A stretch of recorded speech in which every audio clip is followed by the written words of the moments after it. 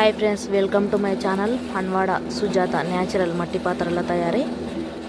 మీరు కుండలలో అటికలలో వంట చేసేటప్పుడు మట్టి పాత్రలలో స్మెల్ వస్తుంది అంటుంటారు కదా.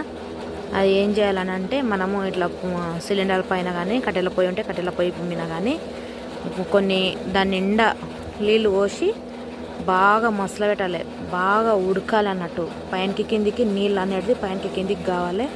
అట్లా బాగా మసల పెట్టినట్లయితే మనకు పాత్ర కూడా నీట్గా అవుతుంది.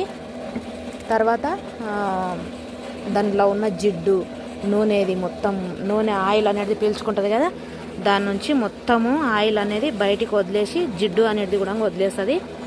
అందులో కొంచెం అంత ఉప్పు వేయాలి, జిడ్డు మొత్తం బయటికి వెళ్ళిపోతుంది ఆ వేడి నుంచి అనేది. మట్టి పాత్ర కూడా మళ్ళీ ఎప్పట్లాగా మామూలు స్టేజ్కి అయితే వస్తుంది. ప్రతి ఒక్కరు వీడియో ప్రతి ఒక్కరికి షేర్